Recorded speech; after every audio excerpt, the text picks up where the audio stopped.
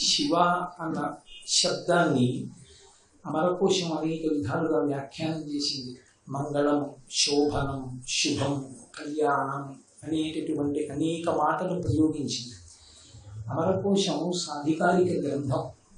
అమరకోశము అంటే చాలామంది సంస్కృత భాష నిఘంటు అనుకుంటారు, కానీ అమరకోశం అలా కాదు. అమరసింహుడు అనబడేటటువంటి ఒక జైనుడు రచించాడు. కానీ ఆయన శంకర భగవత్పాదులతోటి వాదనలో ఓడిపోయి తను రచించిన గ్రంథములన్నీ తగలబెట్టేస్తుంటే ఇంత గొప్ప గ్రంథం కాలిపోవడానికి వీలు లేదని శంకరాచార్యుల వారే దాన్ని రక్షించారు.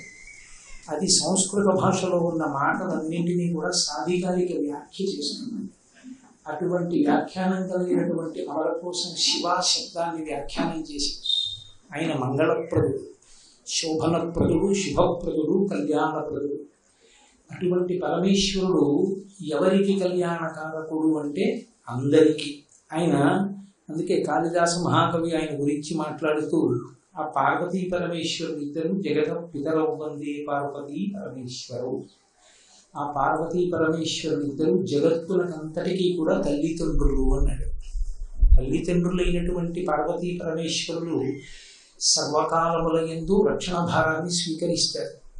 ఒక తండ్రి కడుపున పుట్టినటువంటి బిడ్డలు అందరూ ప్రయోజకులు కాకపోయినా ఒకడు దుందుడుకు స్వభావం కలిగిన వాడు కావచ్చు, ఒకడు చెయ్యరాని పనులు చేసేవాడు కావచ్చు, 10 మందిలో 8 ప్రయోజకులు కావచ్చు. అంత మాత్రం చేత దుందుడుకు స్వభావం కలిగిన వాడు సమాజానికి ప్రయోజనకరమైన పనులు చేయని వాడైన 2 కొడుకులు నా కొడుకులు కాదని తండ్రి అనడానికి వీల్లేదు కదా. అలా అందుకే పరమశివుని సంతానంగానే సమస్త పిపీలికాది పర్యంతము పరిగణింపబడుతుంది. ఆయనయే తండ్రి. ఆయనే మహాభారతం అనుశాసనిక పర్వంలో పార్వతీదేవితో మాట్లాడుతూ ఒక మాట అంటాడు. శ్మశానవాసీనని అని నన్ను అంటూ ఉంటారు పార్వతి. కానీ నేను శ్మశానంలో ఎందుకుంటానో తెలుసా? నేను అక్కడ ఉండి తాండవం చేస్తే ఉగ్రభూతములన్నీ నా తాండవం చేస్తూ ఉంటాయి. నేను అక్కడ ఉండకపోతే ఆ భూతములన్నీ వచ్చి ఊళ్ళ మీద పడిపోతే వైదికమైన కర్మలు నడవవు, ధర్మం నిలబడవు, దేవతారాధనలు ఉండవు. కనుక లోకములకు సుఖశాంతులు ఉండవు. అందుకే వైదిక ధర్మ రక్షణ కొరకు నేను శ్మశానమునందు తాండవం చేస్తూ ఉంటాను. అది లోక కళ్యాణము కొరకే తప్ప నాకేదో ఉండడానికి చోటు లేక శ్మశానమునందున్నవాడు కానంటాడు.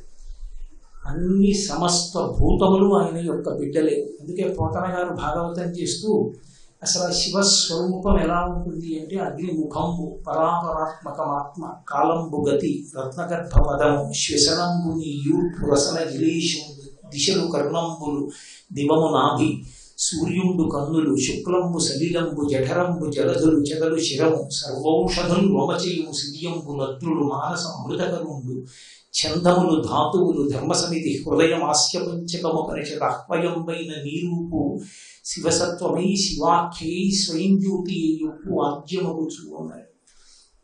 శివస్వరూపం సమస్తమైనటువంటి భూతములను తన యొక్క శరీరంగా మార్చుకున్నటువంటి విరాట్ స్వరూపం.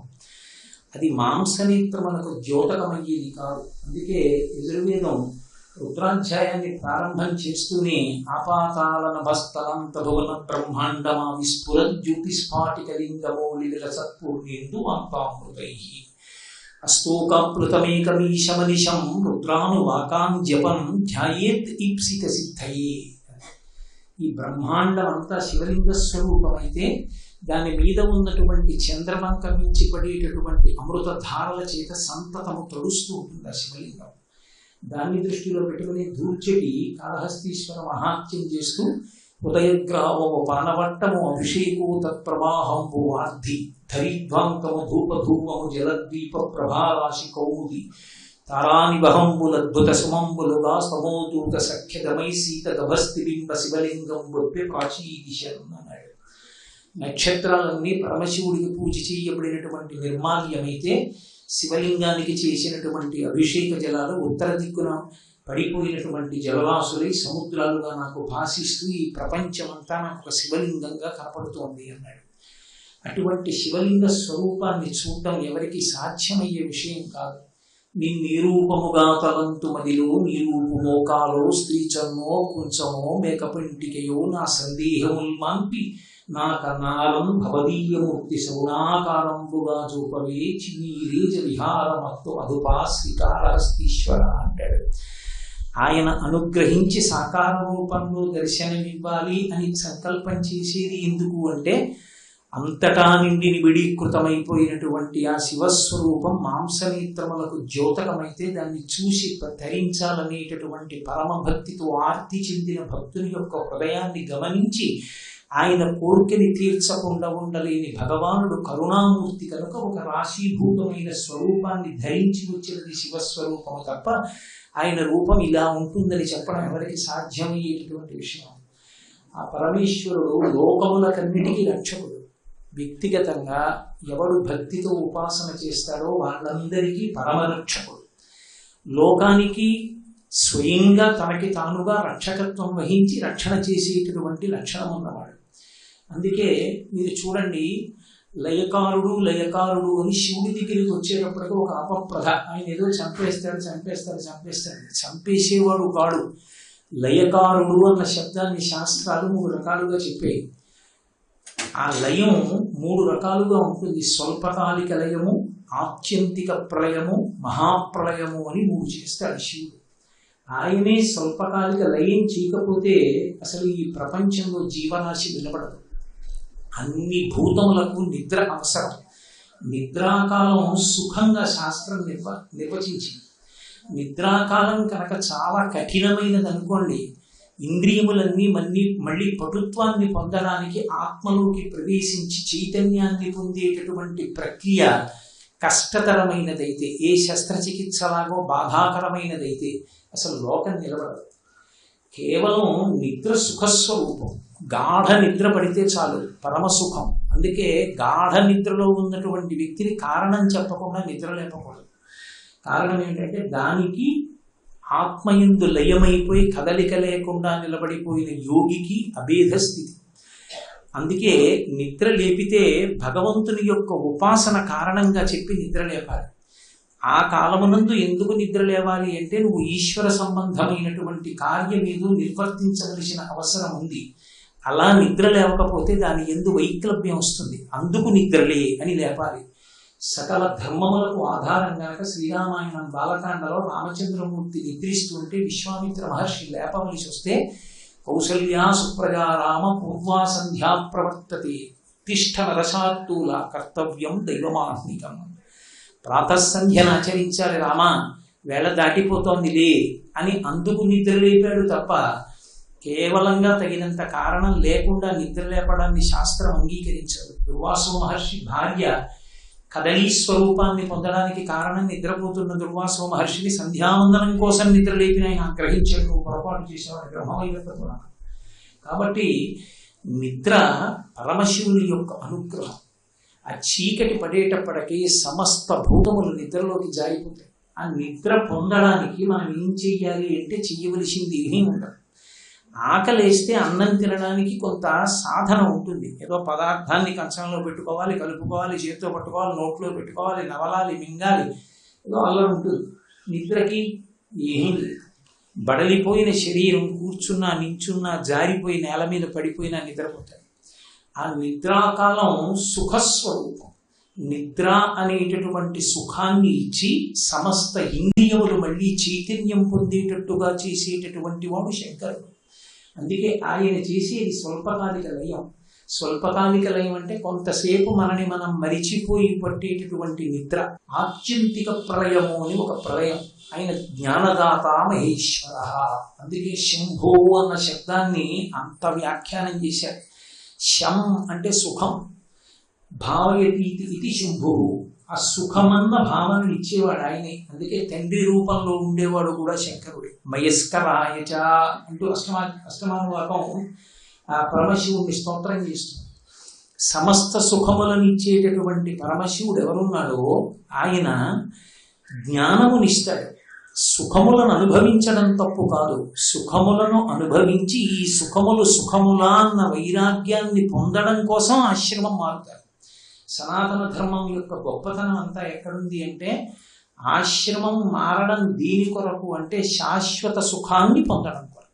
ఏది శాశ్వత సుఖం? వైరాగ్యమే శాశ్వత సుఖం. వైరాగ్యం అన్న మాటకు అర్థం ఏంటి అంటే, వైరాగ్యము అంటే ఏదైనా మనసు కదిలే విషయం కనపడితే బలవంతంగా ఇంద్రియాల్ని నిగ్రహించుకోవడం వైరాగ్యం కాదు. లోకములన్నీయుం గెలిచినాడ ఇంద్రియానీకము చిత్తమున్ గెలువనేరవు, నిన్ను నిబద్ధు చేయు భీషణ శత్రులాత్ములను ప్రభిన్నుల చేసిన ప్రాణికోటిలో నీకు విరోధి లేడపడు నేర్పున చూడు ధనవీశ్వర అంటాడు ప్రహ్లాద హిరణ్యకశిపునితో. ఇంద్రియాల్ని నిగ్రహించడం చాలా కష్టం. ఇంద్రియాన్ని బలిష్టాని నలియుక్తాని మానద అపక్వస్య ప్రకుర్వంతి వికారాం స్థాననీకశ అంటాడు వ్యాసుడు దేవి భాగవతం. అన్నీ గెలవచ్చు, తన ఇంద్రియాల్ని తాను గెలవడం అంత తేలికైన విషయం ఏం కాదు. భ్రమన్ సర్వతీర్థేషు స్నాత్వా స్నాత్వా పునః పునః నిర్మలం న మనోయావత్ తావత్ సర్వం నిరర్థకం వ్యాసోక్తి దేవి భాగవతం. ఎన్ని తీర్థాలు సేవించావు, ఎన్ని క్షేత్రాలు సేవించావు అన్నది దీనికి అంటే కేవలముగా దర్శనం చేశానని చెప్పడానికి కాదు. భ్రమన్ సర్వతీర్థేషు స్నాత్వా స్నాత్వా పునః పునః నిర్మలం న మనోయావత్, దాని వలన మనస్సు నిర్మలం అవ్వకపోతే తావత్ సర్వం నిరర్థకం, దాని వలన చేసిన పనులన్నీ నిరర్థకమైపోతాయి. ఆ మనసు నైర్మల్యమును పొందాలి, అది మలినమును వదిలిపెట్టాలి. మలినమును వదిలిపెట్టేటట్టు చెయ్యడానికే సనాతన ధర్మంలో ఆశ్రమాన్ని మారుస్తారు. ఆశ్రమాన్ని మార్చడం అంటే ఆశ్రమాన్ని విడిచిపెట్టడం కాదు, కట్టు మీద కట్టు వేసి కట్టు జారేట్టు చేస్తారు. అది సనాతన ధర్మం యొక్క గొప్పతనం. బ్రహ్మచర్యము ఒక ఆశ్రమం. ఆ ఆశ్రమంలో ఉపనయనం చేసుకుని గురువుగారి దగ్గరికి వెళ్ళి వేదాధ్యయనం చేస్తాడు. ఆ సమయంలో చదువుకున్న చదువు ఏదుందో అది జీవితాంతము పనికి రావాలి.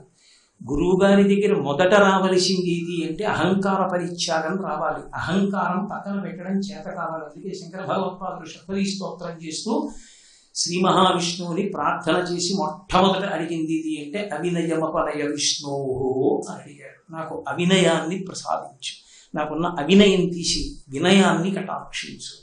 ఆ వినయం లేనినాడు నరోవా లేకపోతే వటుర్వా గేహీవా ఎటిరిపి యతీవా జటీవా ఎతిరేపో అని ఎవరైతే భగవంతుని యందు భక్తి ఆ వినయము లేనినాడు ఆ జీవితానికి సార్థక్యం ఉండదు. అంతటి మహానుభావుడైనటువంటి రామచంద్రమూర్తి అంతటి వాడు గురువు గారి దగ్గరికి వెళ్ళి నిలబడితే బాలకాండలో అంతమంది రాక్షసుల్ని దునిమాడి చేతులు కట్టుకుని, అయ్యా వచ్చి మీ దగ్గర నిల్చున్నవాడు ఎవడో తెలుసా? కింకరో, నేను మీ కింకరుని, ఇదిగో ఇక్కడ నిలబడి ఉన్నాను, ఆజ్ఞాపై యథేచ్ఛం వై శాసనం కరవామకి, మీ ఇష్టం వచ్చినట్లు శాసించండి, నేను మీ శిష్యుణ్ణి, మీరు నన్ను గౌరవించి నాకు చెప్పక్కర్లేదు, నేను మీ కింకరుణ్ణి అంటాడు. అది ఒక శిష్యునికి ఉండవలసిన లక్షణం. అదిగో ఆ వినయం నేర్చుకుని వేదాభ్యాసం చేయడం కోసం బ్రహ్మచర్యాశ్రమం. ఎంత బ్రహ్మచర్యాశ్రమంలో ఉన్నా పరమేశ్వరుడు చేసినటువంటి గొప్ప వ్యవస్థ. మనసుకి లింగ వివక్ష తెలుస్తుంది, కామము పొటమరిస్తుంది. ఎందుకు కామం పొటమరించేటట్టు అసలు పరమేశ్వరుడు పెట్టడం? ఆయన శాసనమే కదా ఏదైనా. అసలు కామం లేకుండా చేసేస్తే లోకాలన్నీ తరించిపోతాయి. ఇంత అల్లరెందుకు అంటే ఆయన ఇచ్చింది ఒక ప్రయోజనానికి ఇచ్చాడు. కామం ఆయన ఎందుకు ఇచ్చాడు అంటే పితృరుణం తీర్చుకోవాలి. పితృరుణం తీర్చుకోవాలి అంటే సంతానాన్ని కనాలి. సంతానాన్ని కనాలి అంటే భార్యతో ప్రహృష్టమైన మనసుతో సంగమించాలి. పరమ సంతోషమైన మనసుతో భార్యా సంగమం జరగాలి. అంతటి సంతోషం కలగాలి అంటే లింగ వివక్ష ఉండి పరస్పరాకర్షణ ఉండాలి. అందుకని బ్రహ్మగారు సృష్టి జరగక బాధపడుతుంటే తానే అర్ధనారీశ్వర స్వరూపాన్ని పొందాడు. స్త్రీ పురుష విభాగం చేసేటప్పుడు లోకాన్ని. దాని చేత ఆ కామము పొటమరించినప్పుడు బలవంతంగా నిగ్రహించే ప్రయత్నం చేస్తే త్రాచుపాము తల మీద కాలు పెట్టి కాలు కింద త్రాచుపాము ఉంది కాబట్టి నన్నేం చేయదనుకున్నవాడు ఎంతటి అమాయకుడో, ఇంద్రియాల్ని బలవంతంగా నిగ్రహించిన వాడు అంత పొరపాటు. అవి కాటు వేస్తాయి. అదే అంటుంది రామాయణంలో మండోదరి రావణుడు మరణిస్తే, నువ్వు ఒకనాడు తపస్సు చేసి ఇంద్రియాల్ని కాలు కింద తొక్కి పెట్టావు, ఇప్పుడు ఇంద్రియాలకు అవకాశం వచ్చింది, నిన్ను కాటు వేశావు. అందరూ నిన్ను రాముడు చంపాడంటున్నారు. కాదు, నిన్ను నీ ఇంద్రియాలు చంపేశాయి. అదును చూసి చంపేస్తాయి ఇంద్రియాలు. ఆ ఇంద్రియాల్ని నిగ్రహించాలి అంటే ధర్మం ఒక్కటే మార్గం. సమస్త శాస్త్రముల ప్రయోజనం ఒక్కటే, ధర్మం. ఆ ధర్మమే పరమశివుని వాహనం. అదే ఆయన యొక్క పతాకం. వృషభవాహనుడు అంటే ఏదో ఎద్దెక్కి తిరుగుతాడని కాదు, వృషభం అంటే ధర్మం, ధర్మమే ఆయన వాహనం. రుత్తు శబ్దానికి అర్థం కూడా లేదు. రుద్రుడు అంటే ధర్మమునందు ప్రవర్తింపచేస్తాడు, అంతకన్నా రక్షణ లోకంలో ఇంకోటి ఉండదు. అందుకే కామము ధర్మంతో ముడిపడిపోవాలి. అందుకే ధర్మపత్నిని స్వీకరించాడు గృహస్థాశ్రమంలో. ధర్మపత్నిని స్వీకరించేది ఎందుకు? పితృరుణం తీరడానికి. అందుకు పెట్టాడు కామం పరమేశ్వరుడు.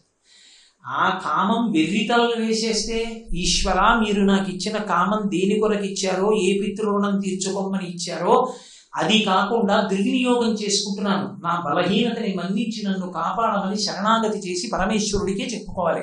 అది శరణాగతి అన్న మాటకు అర్థం.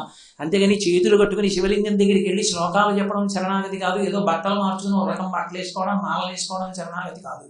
శరణాగతి అంటే బలహీనతను పరమేశ్వరుడికి చెప్పుట, వెళ్ళి చెప్పాలి. ధూర్జటి చెప్పుకున్నాడు, రోషీరోయదు కామిని జనుల తారుణ్యూరు సౌఖ్యంబులన్ బాసీబాయదు పుత్ర మిత్రధన సంపద్భ్రాంతి వంచాలతల్ కోశీకోయదు నామనంబకట నీకును ప్రీతిగా సక్రియలు చేసి చేయదు దీని త్రుళ్ళన చవే శ్రీకాళహస్తీశ్వర అని చెప్పుకున్నాడు. అది శరణాగతి. ఈశ్వర, ఇది నా బలహీనత, నన్ను నేను నిగ్రహించుకోలేకపోతున్నాను, వీడ్చేస్తున్న ఇంద్రియాలు మనస్సు, నన్ను మీరు అనుగ్రహించండి, మీరు జోక్యం చేసుకుని కాపాడండి అని పరమేశ్వరుని ముందు మనస్సు విప్పి మాట్లాడితే దాన్ని శరణాగతి చేశాడు అంటారు. అంటే ఇక తాను ఏది అనుష్ఠించి తాను కొత్తగా ఏదో చేసి తనని తాను ఉద్ధరించుకోగలిగిన ప్రయత్నం పూర్తిగా విడిచిపెట్టేసి చేసినది శరణాగతి. అలా శరణాగతి చేస్తే పరమేశ్వర స్వరూపాన్ని పట్టి ఈడుచుకొస్తుంది. అందుకే సంస్కృత భాగవతం కన్నా ఆంధ్ర భాగవతం గొప్పదైపోయింది. సంస్కృత భాగవతం శరణాగతికి గరుత్మంతుడి మీద వచ్చాడు. పోతనగారి భాగవతంలో ఒక్క మాట మారింది ఓ శీసపద్యంలో, కలుగడే నాపాలి కలివి సందేహింప కలివిలేములు లేక కలుగువాడు నాకడ్డ బడరాడి నడిన సాధువులచే బడిడి సాధువుల కట్టు బడిడివాడు నీలతో నామరాలింపడే మొరగుల మొరలెరుంగుచు తన్ను మొరగువాడు అన్నాడు. నిన్ను నువ్వు మరిచిపోయి రావాలి, మామూలుగా వస్తే నేను ఒప్పుకోనన్నాడు. అప్పటి వరకు ఏమైనా చేశాడా భక్తి? కానీ శరణాగతి శక్తి అది. తనని తాను మరిచిపోయి రావాలి. కాబట్టి ఆంధ్ర భాగవతంలో శ్రీ మహావిష్ణువు వచ్చినప్పుడు సిరిగింజప్పడు శంఖచక్ర యుగమున్ చెయ్యోయి సంధింపడే పరిభావంబును చీరడ భగవతిని మందింపడ కర్ణికాంతరథం పిల్లము చక్కనొత్తడు వివాద ప్రోద్ధిత శ్రీ కుచోపరి చీలాంచలమైన వీరడు గజప్రాణాహోత్సాహి. అది శరణాగతి తత్వం యొక్క ఆవిష్కారం. పరమేశ్వరుడిచ్చిన బుద్ధి చేత సాధన చేస్తే ఎందుకు ఆశ్రమం మారుతున్నావో తెలుసుకోవాలి. ధర్మాన్ని కామంతో ముడివేస్తే కొడుకు అనేటటువంటి అర్థం వస్తుంది. ఆ అర్థం శరీరం పడిపోయిన తర్వాత కూడా గయాశ్రాద్ధం పెట్టి ఉద్ధరిస్తాడు, పితృరుణం తీరేటట్టు చేస్తాడు. కాబట్టి అదిగో అటువంటి ఆశ్రమాన్ని మారి గృహస్థాశ్రమంలోకి వెళ్ళి ధార్మికమైన సుఖములు అనుభవించి ఈ సుఖములన్నీ సుఖములా అనేటటువంటి వైరాగ్య సుఖము కలిగితే మనసు కదలని స్థితికి వచ్చేస్తే అది శాశ్వతమైన ఆనందము, అది వైరాగ్య సుఖం. అందులో ఇక ఏవి తొట్టుబాటు ఉండవు, దాని ఎందు ద్వంద్వములు ఉండవు. రావణుడు స్తోత్రం చేసినట్టు వృషద్విచిత్రతల్పయో భుజంగముక్తికస్రయో గరిష్టరత్నలుష్టయో సుహృద్దిపక్షపక్షయో తృణారవింద చిక్షుషో ప్రజామహీ మహేంద్రయో సమప్రవర్తయన్ మనః కదా సదాశివం భజే అంటాడు. ఆయన కన్నా వైరాగ్యం ఎవరికి లోకంలో. కాబట్టి అటువంటి వైరాగ్య సుఖం పొందితే ఆ వైరాగ్య సుఖమునందు ఈశ్వరుణ్ణి తప్ప వేరొక దాన్ని చూడకుండా అంతటా దర్శనం చెయ్యగలిగినటువంటి స్థితి యందు తనకి తాను ఊంచుకుంటే భగవంతుని పరమభక్తితో అనుష్ఠించినటువంటి కర్మల చేత ప్రీతి పొందినటువంటి భగవానుని యొక్క అనుగ్రహము చేత కలిగినటువంటి జ్ఞానము మోక్షములకు కారణము. కాబట్టి ఈ ఆశ్రమాలన్నీ మారి ఆ జ్ఞానమును పొందేటట్టుగా చేసేవాడెవరు? సుఖములను ఇచ్చి సుఖాన్ని పొందుతున్నానన్న అనుభూతినిచ్చేవాడెవరు అంటే పరమేశ్వరుడే. ఆయనే సుఖకారకుడు లోకంలో. ఆ సుఖము అన్న మాట లేకపోతే ఇంద్రియములకు ప్రయోజనము లేదు. మీరు ఒక్క విషయం బాగా జ్ఞాపకం పెట్టుకోండి. శివుడు ఎక్కడున్నాడు అంటే నేను మీతో ఒక్క మాట చెప్తా. బ్రహ్మాండానికి పిండాండానికి మధ్యలో ప్రతి చోట శివుడు ఉంటూ ఉంటాడు. బయట జలపాతం ఉంది, నాకు కన్నుంది. ఆ జలపాతాన్ని చూసిన కన్ను ఆ విషయాన్ని నా మనసుకి చెప్పినప్పుడు నా మనసు రంజిల్లడంలో పరమేశ్వర అనుగ్రహం ఉంది. ఆ శివుడు కన్నిచ్చి జలపాతాన్ని చూసిన కన్ను వల్ల పొంగేట్టు మనసుని చెయ్యడమే శివానుగ్రహం. సౌందర్యలహరిలో శంకర భగవత్పాదులు ఆనంద భైరవి తాండవం కింద నిర్ణయించి చెప్తారు దాన్ని. కాబట్టి అది అక్కడ తాండవ లాస్య ప్రక్రియ వస్తుంది ప్రపంచంలో. కాబట్టి అటువంటి సుఖాలన్నిటికీ కూడా కారణమైన వాడెవరంటే ఒక్క పరమేశ్వరుడు. ఆ సుఖము చిట్ట చివర ఎక్కడ వరకు ఇవ్వగలడు శంభునామము చేత అంటే వైరాగ్య సుఖము వరకు ఇవ్వగలడు, మోక్ష సుఖముని ఇవ్వగలడు. ఆయన అంతటి మహానుభావుడు. అందుకే ఒక వ్యక్తి స్థాయిలో ఆయన అనుగ్రహించాలనుకున్నప్పుడు సామాన్యమైన సుఖముల విషయంలో చెప్పవలసినది ఏముంటుంది? ఆయన ఏదైనా ఇవ్వగలిగిన వాడు ఏది ఇవ్వలేడు, ఏదైనా ఇవ్వగలడు. ఆయనకి పెద్ద విశేషం కాదు. అందుకే శంకరాచార్యులు వారి శివానంద లహరి స్తోత్రం చేస్తూ ఒక మాట అంటారు. అందులో కరస్తే హేమాద్రౌ గిరిశ నికటస్తే ధనపతౌ శిరస్తే శీతాంశౌ చరణ యుగళస్తే అఖిల శుభౌ గృహస్థే స్వర్భూజామరసురభిచింతామణిగణే కమర్థం దాస్యేహం భవతు భవదర్థం మమ మనః అంటారు. ఆయనకి లేనిది మనకున్నది ఏది లేదని తెలుసుకోవడమే భక్తి. భక్తి అన్న మాటని శంకరులు అంత అందంగా ఆవిష్కరించారు. వాడికి లేదని నేను ఇచ్చిన వాడిని కాను. ఓ శివాలయంలో దీపం పెడితే ఆయన కర్మకాలి చీకట్లో ఉన్నాడు, నేను దీపం పెట్టాను కాను. నన్ను అనుగ్రహించడానికి నా చేతిలో దీపం ఆయన పెట్టించుకున్నాడు. అది కరస్తే హేమాద్రౌ. ఆయనకి ఇవ్వడానికి నేనేమి ఇవ్వను. ఆయన చేతిలో బంగారు కొండ ఉంది, మేరు పర్వతాన్ని చేతితో పట్టుకున్నాడు. గిరిశ నికటస్తే ధనపతౌ. కుబేరుడు ఎప్పుడు చేతులు పట్టుకుని ఇలా నిలబడి ఉంటాడు. మహాభారతం ఆరణ్యకాండలో చెప్తారు. ఎప్పుడు ఎంతటి అసుతోషుడంటే ఆయన వెళ్ళి ఏకంగా కుబేరుడి దగ్గర కూర్చుని ఉంటాడట. అందుకని కుబేరుడి లోకానికి అంత ప్రఖ్యాతి వచ్చింది. స్నేహితుడంటే అంత మమకారం ఆయన. కాబట్టి పక్కన ఎప్పుడు కుబేరుడిన నిలబడి ఉంటాడు. గిరిశ నికటస్తే ధనపతవు. అంత గొప్పవాడైన కుబేరుడే పక్కన ఉంటే నవనిధులకు అధిపతి కొత్తగా నియమించేది ఉంది శివుడికి. గిరిశ నికటస్తే ధనపతవు శిరస్తే శీతాంశవు. తదియనాటి చంద్రరేఖ ఆయన శిరస్సు మీద ఉంది. తదియనాటి చంద్రరేఖ శిరస్సు మీద పెట్టుకున్నాడంటే చంద్రమౌళి అని ఎక్కడ చూసినా పీఠాల్లో చంద్రమౌళీశ్వరారాధన అంటుంటారు. చంద్రమౌళీశ్వరుడిగా ఉంటారు. చంద్రమౌళి శివతత్వంలో చాలా గొప్ప మాట. కాలమునకు లొంగని వాడు అని గుర్తు. మనం శుక్లపక్ష కృష్ణపక్షాల్లో కాలాన్ని గణన చేసి రోజు సంకల్పంలో చెప్తూ ఉంటాం. శంకరులు అంటారు తోట ఆయుర్నశ్యతి పశ్యతాం ప్రతిదినం యాపిక్షయం యవ్వనం ప్రత్యాయంతి గతాః పునర్న దివసాః కాలో జగత్పక్షకః లక్ష్మీస్తోయ తరంగ భంగ చపలా విద్యుచ్చలం జీవితం తస్మాన్ మాం శరణాగతిం కరుణయా త్వం రక్ష రక్షాధున అంటారు. ఒకరోజు సూర్యాస్తమయాలు అయ్యాయంటే నా ఆయుర్దాయాన్ని గ్రసించేశాడు పరమేశ్వరుడు. మనం చాంద్రమానంలో చంద్రుడి యొక్క ఎదుగుదల తరుగుదల ఈ రెండిటిని ఆధారం చేసుకుని కాల గణన చెప్తాం. కానీ ఈ చంద్రుడి యొక్క కళలు పెరగడానికి తరగడానికి మూలకళ అయిన ఆదికళ, సాధ్యకళ, శ్రీకళ, చిక్కళ ఏది ఉన్నదో ఆ కళ పరమేశ్వరుడి యొక్క కిరీటం మీద ఉంటుంది. అది ఇద్దరికి, అమ్మవారికి అయ్యవారికి. ఆ మాటకు వస్తే విఘ్నేశ్వరుడి కిరీటం మీద కూడా. కాబట్టి ఆ చంద్రవంకని ధరించి ఉంటాడంటే అమృతత్వానికి ప్రతీక. ఆయన కాలమునకు వశపడేవాడు కాడు. అందుకే ఎప్పుడు పాములు ఒంటి మీద ధరించి ఉంటాడు.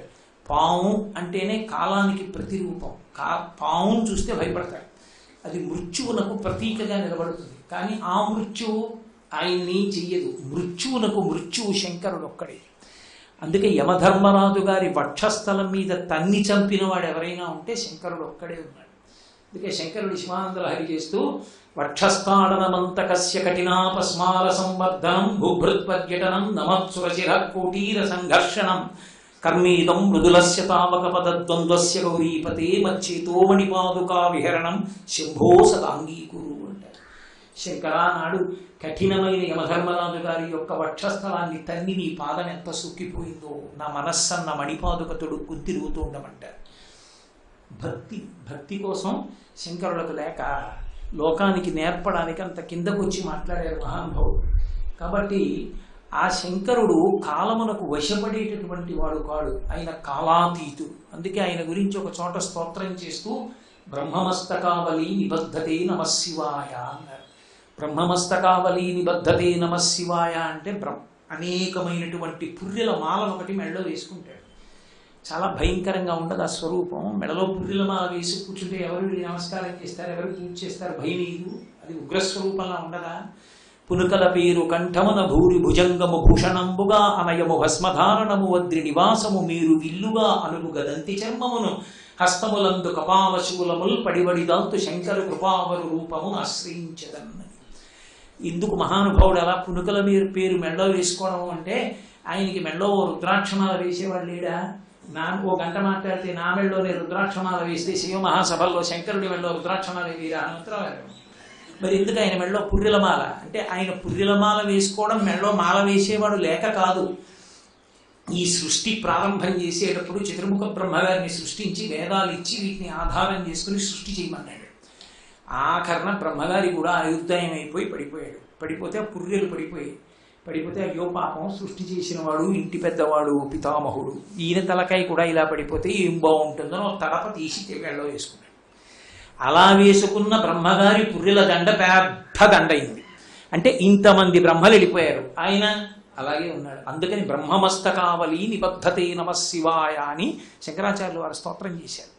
ఆయన కాలకాలుడు, కాలాతీతుడు. ఆయన కాలమునకు వశపడేవాడు కాడు. అందుకే ఆయన కాళ్ళు పట్టుకున్నవాడు కూడా కాలాతీతుడే అవుతాడు. శ్రీ ఉమామహేశ్వర పరబ్రహ్మార్పణమస్తు. స్వస్తి.